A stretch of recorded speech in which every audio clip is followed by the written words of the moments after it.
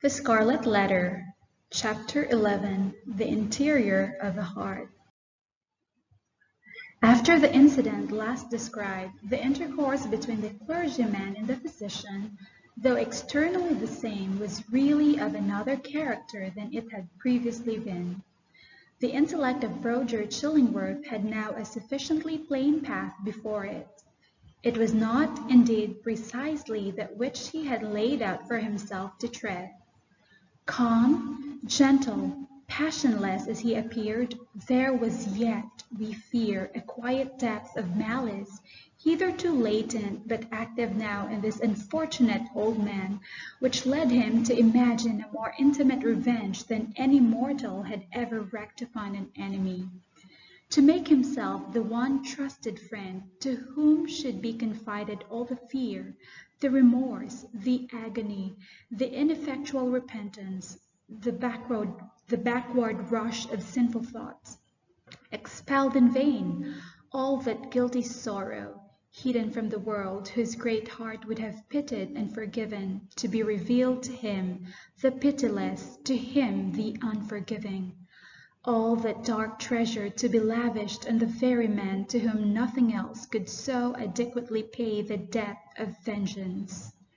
The clergyman's shy and sensitive reserve had balked the scheme. Roger Chillingworth, however, was inclined to be hardly, if at all, less satisfied with the aspect of affairs, which Providence, using the avenger and his victim for its own purposes, and penchance, pardoning where it seemed most to punish, had substituted for his black devices. A revelation, he could almost say, had been granted to him. It mattered little for his object, whether celestial or from what other region. By its aid in all the subsequent relations betwixt him and Mr. Dimmesdale, not merely the external presence, but the very inmost soul of the latter seemed to be brought out before his eyes, so that he could see and comprehend its every movement. He became, thenceforth, not a spectator only, but a chief actor in the poor minister's interior world. He could play upon him as he chose. Would he arouse him with a throb of agony? The victim was forever on the rack. It needed only to know the spring that controlled the engine, and the physician knew it well. Would he startle him with sudden fear? As at the waving of a magician's wand, uprose a grisly phantom, uprose 1,000 phantoms in many shapes of death, or more awful shame, all flocking round about the clergyman and pointing with their fingers at his breast. All this was accomplished with a subtlety so perfect that the minister, though he had constantly a dim perception of some evil influence watching over him, could never gain a knowledge of its actual nature. True, he looked doubtfully, fearfully even at times, with horror and the bitterness of hatred, at the deformed figure of the old physician. His gestures, his gait, his grizzled beard, his lightest and most indifferent acts, the very fashion of his garments, were odious in the clergyman's sight, a token implicitly to be relied on of a deeper antipathy in the breast of the latter than he was willing to acknowledge to himself. For, as it was impossible to assign a reason for such distrust and abhorrence, so Mr. Dimmesdale, conscious that the poison of one morbid spot was infecting his heart's entire substance, attributed all his presentiments to no other cause. He took himself to task for his bad sympathies in reference to Roger Chillingworth, disregarded the lesson that he should have drawn from them, and did his best to root them out. Unable to accomplish this, he nevertheless, as a matter of principle, continued his habits of social familiarity with the old man, and thus gave him constant opportunities for perfecting the purpose to which, poor forlorn creature that he was, and more wretched than his victim, the avenger had devoted himself. While thus suffering under bodily disease, and gnawed and tortured by some black trouble of the soul, and given over to the machinations of his deadliest enemy, the Reverend Mr. Dimmesdale had achieved a brilliant popularity in his sacred office. He won it indeed in great part by his sorrows. His intellectual gifts, his moral perceptions, his power of experiencing and communicating emotion were kept in a state of preternatural activity by the prick and anguish of his daily life. His fame, though still on its upward slope, already overshadowed the soberer reputations of his fellow clergymen, eminent as several of them were. There are scholars among them who had spent more years in acquiring abstruse lore connected with the divine profession than Mr. Dimmesdale had lived, and who might well therefore be more profoundly versed in such solid and valuable attainments than their youthful brother. There were men, too, of a sturdier texture of mind than his, and endowed with a far greater share of shrewd, hard iron or granite understanding, which, duly mingled with a fair proportion of doctrinal ingredient, constitutes a highly respectable, efficacious, and unamiable variety of the clerical species. There were others again, true saintly fathers, whose faculties had been elaborated by weary toil among their books, and by patient thought, and etherealized, moreover, by spiritual communications with a better world into which their purity of life had almost introduced these holy personages, with their garments of mortality still clinging to them. All that they lacked was the gift that descended upon the chosen disciples at Pentecost, in tongues of flame, symbolizing, it would seem, not the power of speech in foreign and unknown languages, but that of addressing the whole human brotherhood in the heart's native language. These fathers, otherwise so apostolic, lacked heaven's last and rarest attestation of their office, the tongue of flame. They would have vainly sought, had they ever dreamed of seeking, to express the highest truths through the humblest medium of familiar words and images. Their voices came down afar and indistinctly from the upper heights where they habitually dwelt. Not improbably it was to this latter class of men that Mr. Dimmesdale, by many of his traits of character, naturally belonged.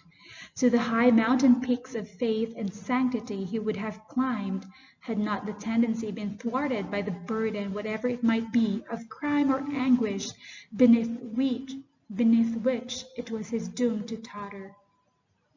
It kept him down on a level with the lowest, him, the man of ethereal attributes, whose voice the angels might else have listened to and answered. But this very burden it was that gave him sympathies so intimate with the sinful brotherhood of mankind, so that his heart vibrated in unison with theirs, and received their pain to itself, and sent its own throb of pain through 1,000 other hearts, in gushes of sad, persuasive eloquence. Oftenest persuasive, but sometimes terrible. The people knew not the power that moved them thus. They deemed the young clergyman a miracle of holiness. They fancied him the mouthpiece of heaven's messages of wisdom and rebuke and love. In their eyes, the very ground on which he trod was sanctified. The virgins of his church grew pale around him, victims of a passion so imbued with religious sentiment that they imagined it to be all religion, and brought it openly in their white bosoms as their most acceptable sacrifice before the altar. The aged members of his flock, beholding Mr. Dimmesdale's frame so feeble, while they were themselves so rugged in their infirmity, believed that he would go heavenward before them, and enjoined it upon their children that their old bones should be buried close to their young pastor's holy grave. And all this time, perchance, when poor Mr. Dimmesdale was thinking of his grave, he questioned with himself whether the grass would ever grow on it, because an accursed thing must there be buried. It is inconceivable the agony with which this public veneration tortured him. It was his genuine impulse to adore the truth, and to reckon all things shadow-like and utterly devoid of weight or value, that had not its divine essence as the life within their life. Then what was he? A substance? Or the dimmest of all shadows? He longed to speak out from his own pulpit at the full height of his voice and tell the people what he was. I, whom you behold in these black garments of the priesthood, I, who ascended the sacred desk and turned my pale face heavenward, taking upon myself to hold communion on your behalf with the Most High Omniscience. I, in whose daily life you discern the sanctity of Enoch. I, whose footsteps, as you suppose, leave a gleam along my earthly track, whereby the pilgrims that shall come after me may be guided to the regions of the blessed. I, who have laid the hand of baptism upon your children. I, who have breathed the parting prayer over your dying friends, to whom the Amen sounded faintly from a world which they had quitted. I, your pastor, whom you so reverence and trust, am utterly a pollution and a lie. More than once Mr. Dimmesdale had gone into the pulpit with a purpose never to come down in its steps until he should have spoken words like the above. More than once he had cleared his throat and drawn in the long, deep, and tremulous breath, which, when sent forth again, would come burdened with the black secret of his soul. More than once, nay, more than 100 times, he had actually spoken. Spoken, but how? He had told his hearers that he was altogether vile, a viler companion of the vilest, the worst of sinners, an abomination, a thing of unimaginable iniquity, and that the only wonder was that they did not see his wretched body shriveled up before their eyes by the burning wrath of the Almighty. Could there be plainer speech than this? Would not the people start up in their seats by a simultaneous impulse and tear him down out of the pulpit which he defiled? Not so, indeed. They heard it all and did but reverence him the more. They little guessed what deadly purport lurked in those self-condemning words. The godly youth, said they among themselves, the saint on earth. Alas, if he discerned such sinfulness in his own white soul, what horrid spectacle would he behold in thine or mine? The minister well knew, subtle but remorseful hypocrite that he was, the light in which his vague confession would be viewed. He had striven to put a cheat upon himself by making the avowal of a guilty conscience, but had gained only one other sin, and a self-acknowledged shame, without the momentary relief of being self-deceived. He had spoken the very truth and transformed it into the veriest falsehood. And yet, by the constitution of his nature, he loved the truth and loathed the lie as few men ever did. Therefore, above all things else, he loathed his miserable self. His inward trouble drove him to practices more in accordance with the old corrupted faith of Rome than with the better light of the church in which he had been born and bred. In Mr. Dimmesdale's secret closet, under lock and key, there was a bloody scourge. Oftentimes, this Protestant and Puritan divine had plied it on his own shoulders, laughing bitterly at himself the while, and smiting so much the more pitilessly because of that bitter laugh. It was his custom, too, as it had been that of many other pious Puritans, to fast, not however like them in order to purify the body and render it the fitter medium of celestial illumination, but rigorously and until his knees trembled beneath him as an act of penance. He kept vigils likewise night after night, sometimes in utter darkness, sometimes with a glimmering lamp, and sometimes viewing his own face in a looking-glass by the most powerful light which he could throw upon it. He thus typified the constant introspection wherewith he tortured but could not purify himself. In these lengthened vigils, his brain often reeled and visions seemed to flit before him, perhaps seen doubtfully and by a faint light of their own, in the remote dimness of the chamber, or more vividly and close beside him, within the looking-glass. Now it was a herd of diabolic shapes that grinned and mocked at the pale minister and beckoned him away with them. Now a group of shining angels who flew upward heavily at sorrow-laden but grew more ethereal as they rose. Now came the dead friends of his youth and his white-bearded father with a saint-like frown, and his mother turning her face away as she passed by ghost of a mother, thinnest fantasy of a mother, methinks she might yet have thrown a pitying glance towards her son. And now, through the chamber which these spectral thoughts had made so ghastly, glided Hester Prynne, leading along little Pearl in her scarlet garb, and pointing her forefinger first at the scarlet letter on her bosom, and then at the clergyman's own breast. None of these visions ever quite deluded him.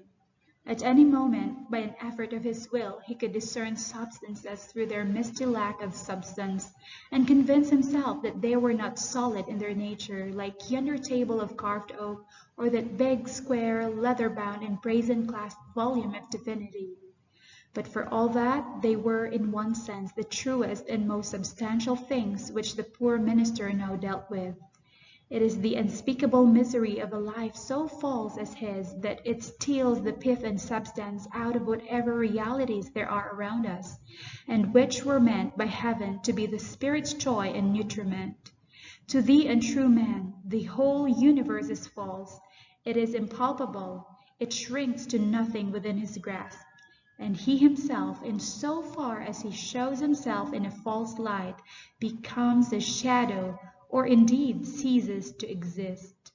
The only truth that continued to give Mr. Dimmesdale a real existence on this earth was the anguish in his inmost soul, and the undissembled expression of it in his aspect. Had he once found power to smile and wear a face of gaiety, there would have been no such man. On one of those ugly nights which we have faintly hinted at, but forborne to picture forth, the minister started from his chair. A new thought had struck him. There might be a moment's peace in it.